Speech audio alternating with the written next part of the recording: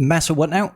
So I'm only just starting to learn a little bit about Raid Shadow Legends, and it looks like there is an event currently on for a new legendary character called Masahiro. So today, you and I are going to have a discussion. We're going to look into how do you actually go ahead and unlock this unit, and what's the best way to go about doing that.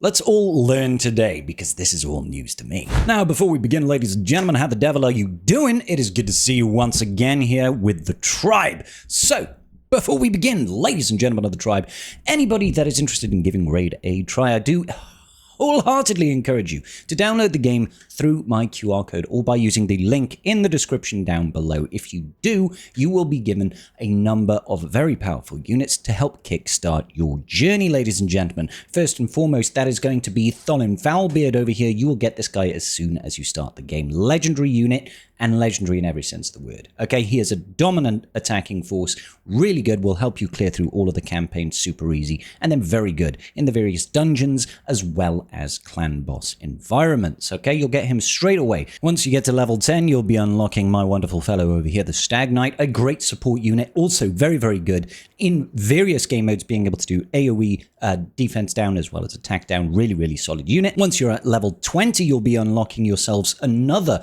epic support unit in Ugo. Don't have him unlocked on my account, so I can't really show you him, but I do hear he is a very powerful unit as well. Once you get to 30, you will unlock Tagore, and I love Tagore. This guy's got a great aura, lots of additional healing, lots of revives as well, can keep you in the game longer. Really useful in those longer battles in the later dungeons as well as the clan bosses. So absolutely recommend you go ahead and do that. This is, of course, only for new players that are starting to play the game, so you do have to have it on a brand new account. If you're on PC, go ahead and follow the link down the description or use my QR code. Fresh installation of the game will get these for you. If you're on mobile, it has to be on a brand new account, ladies and gentlemen. Can't have had Raid on that phone, on that mobile device whatsoever.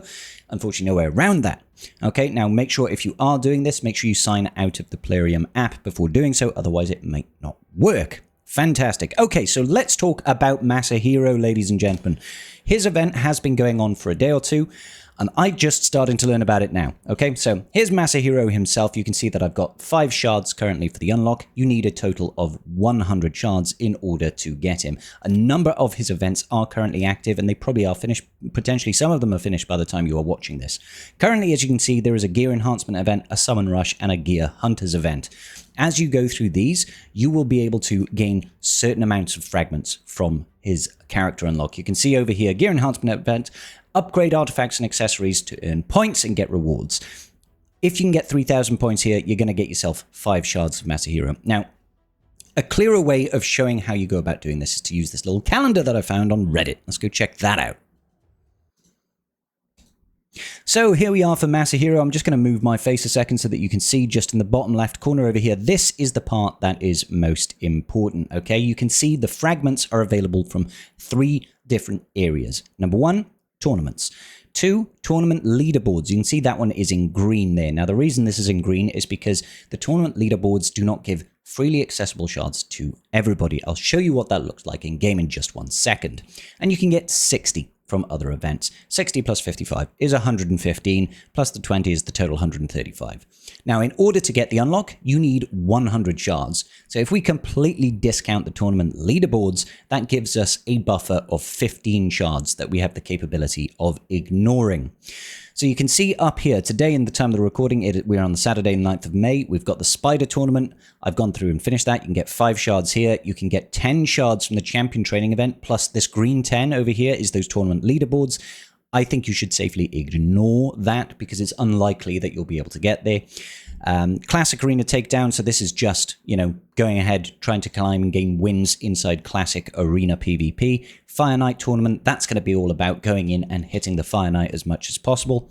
Down here in the event section, we've got the Gear Hunter event that is currently active. I've been using Spider because we do need to, there's a Spider tournament going on, so you're getting yourself some accessories there.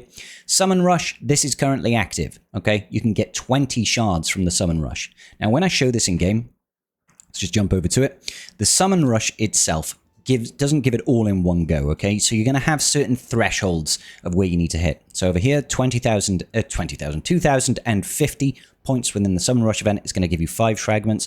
Then if you get to 2.8, you're going to get another 5. 3.5, you're going to get another 5. And if you go all the way up to 5.1, you'll get another 5 again. Now, if you are looking to get him unlocked, don't forget you can miss out on 15. So theoretically, you could just go to the 2050, but 2050, sorry. But if you were to do that, then you have to basically make sure that you get everything else on here, apart from the greens, right? So for me, I feel like I'm brand new to Raid, right? I haven't been playing that long. I feel like the Summon Rush is going to be the more difficult one to do because this requires a lot of summons, all right? You can see down over here, a standard green mystery shard is giving you 1 point. So if you want to get 5,100, you need 5,100 of those green shards. Obviously, the rarer the shard that you're using to summon, the better points that you're going to get. So for example, you could do 10 sacred shards and you would almost get all of them. You would just need an extra 100 points from any other type of shard in order to do it.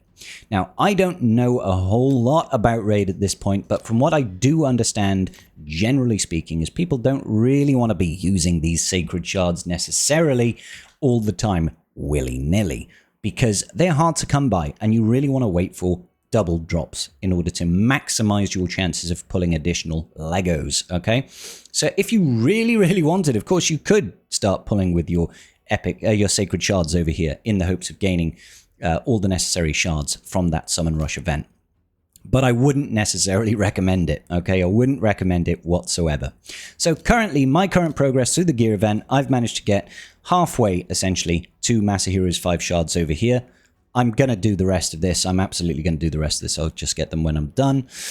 Summon Rush, I'm at least going to get to this over here, the 2050. Now, that's not terribly hard to get. You know, I could use my Void Shards. I could even use the Sacred Shards if I really wanted to. Probably not going to, though. And then I'll try to see if I can push any further. Now, unfortunately, it's not going to be around for very long, only an extra day. So going to have to make do with that as well as I possibly can. So going back over here, the Fire Knight tournament, it's going to take you quite a bit of energy to go through. So make sure that you're saving up some crystals so you can do some energy refreshes. Same for the Ice Golem tournament. Now, I've heard a couple of people say that this is a strangely blank area just in the middle with nothing going on in terms of tournaments between May 13th and 14th over here. Maybe something else is going to happen in this midsection. I don't know. Keep your eyes peeled for it, I guess, ladies and gentlemen. But all in all, it doesn't look like it's too difficult of an event, but you are going to have to be fully engaged. I don't want anybody to come up here and come up short on these shards because this is going to be, as far as I'm aware, the only way to unlock this particular legendary Masahiro, the Bell Monk. Should we take a look at his kit? All right, so Masahiro here is a Shadowkin unit over here. Apparently his stats are actually quite good. Looks like he's got a speed aura, okay? Increases Force ally speed in all battles by 25%. That is a big, big jump for Force allies. His basic over here is A1 Ring of Dissonance. Attacks all enemies, 50% chance of placing a 30% decreased crit rate debuff for 1 turn. Damage is based on his hit points. So that's always good over there, being able to max out your hit points, make them a little bit chunkier, and then it also reflects in higher damage output. Next up, we've got Redemptive Fervor. Attacks one enemy. Before attacking, has a 75% chance of transferring all debuffs from all allies to the target. That's kind of huge. That's kind of huge. I really like that. Heals all allies by 25% of this champion's max hit points and places a 25% strengthen buff on all allies for 2 turns. Damage, once again, based on hit points. And you can see that if you do book this guy, not only are you going to reduce the cooldowns from 4 turns to 3 turns, which is huge, but you're also going to max out the capability of transferring all debuffs. So an AoE cleanse, but not only is it an AoE cleanse, but you will then apply those debuffs to the enemy. That seems like a really good ability to try and max out. I can see a great number of use cases for that. Looks like he's going to want to have some accuracy as well, because I imagine they can still resist. After this, we've got Humble Savior. Attack all enemies. Before attacking, revives all dead allies with 50% hit points and 50% turn meter. This skill can be used even if there are no dead allies. 75% chance of placing a stun debuff for 1 turn and a block buffs debuffs for 2 turns. 75% chance for placing a 30% decreased speed debuff and block buff debuffs for 2 turns instead if the target is a boss. Damage based on hit points, so some good debuffs going on here. Once again, if you book this out, you're going to get that 100% chance, essentially, of either stunning and placing block buffs, or if it is a boss, they're going to get decreased speed and block buffs. Both of those are really useful to have on a boss. And of course, it is an AoE revive at 50% health with 50% turn meter. This guy is he feels quite a lot like Tagore, to be honest. Feels quite a lot like Tagore. I do like this. I love this special over here, being able to strip away all of your debuffs and place them on the enemy. That sounds really cool. Finally, we've got For My Sins in his passives. All allies receive 1% less damage for each turn taken by enemies, and allies will remain alive stacks up to 15. Oh, sorry. And allies while they remain alive, stacks up to 15%. That's kind of huge. So it's not going to take very long at all for you to get to a point where you just take 15% less damage. Each champion's damage reduction resets when they die or between rounds. If there are multiple champions on the team with this skill, only one will activate. This skill will not activate on duplicate copies of this champion if this particular champion is dead. Allies revived by this champion are immune to stun, freeze, sleep, provoke fear, true fear, and petrification debuffs until the start of their turn. Resets when the revived ally takes their turn, is killed, or between rounds. If there are multiple champions on the team with this skill, only one will activate. The skill will not activate in duplicates, yada, yada, yada.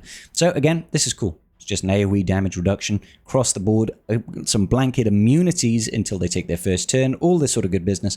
Overall, really solid looking legendary over here. Definitely going to be useful in places like faction wars for any of the harder fights where you are losing units. You'll be able to revive them, bring them back, and settle the victory over there. So I do think he is very much worthwhile pushing into. I do think he's going to be an asset to pretty much anybody. So make sure that you're going in and getting involved with the various tournaments and events. Like I said, you can only miss out on 15 shards. It feels to me like the Summon Rush is the easier one to go a little bit easier on, because getting more is going to be painful. I would try to at least get that 10, I think. Try to at least get the 10 to give yourself a little bit of wiggle room, but absolutely try your best in the gear enhancements events and the upcoming Fire Titan event, etc., etc., okay? Gear Hunters event as well. So we did talk out really briefly, actually, about those tournament points. So you can see over here, gaining 210 points in the classic arena. I think you get like 14 points or so when you successfully win a battle. So you just need to get to the top over here. This isn't actually one of the ones that I wanted to show you. I was actually looking for one of the tournaments that gives you additional shards for Masahiro if you max it out, if you get top of the leaderboards. Over here, here we go. So the champion training event. You can see up here, you can gain additional fragments if you actually top out, but the likelihood of being able to top out in the leaderboards is going to be very, very small. So I would not rely on this. However, if you do max it out, more power to you. It's going to give you a little bit more flexibility down the line with this particular one. All right, ladies and gentlemen, that is going to wrap it up for today's video. Masahiro looks to be a very strong legendary unit and looks relatively accessible if you take the time to put your energy into it, ladies and gentlemen. Don't forget, if you are interested in playing, make sure you scan my QR code or use the link in the description down below, and you will be getting yourself some very, very powerful units. You'll be getting the likes of Tallinn, you'll be getting the likes of Tagore, you'll be getting the likes of Stagnai and Ugo, all top tier units, very, very useful to any account. Note, does have to be brand new accounts, ladies and gentlemen. Give the video a like before you go, and I will see you all in the very next video. Big love, y'all.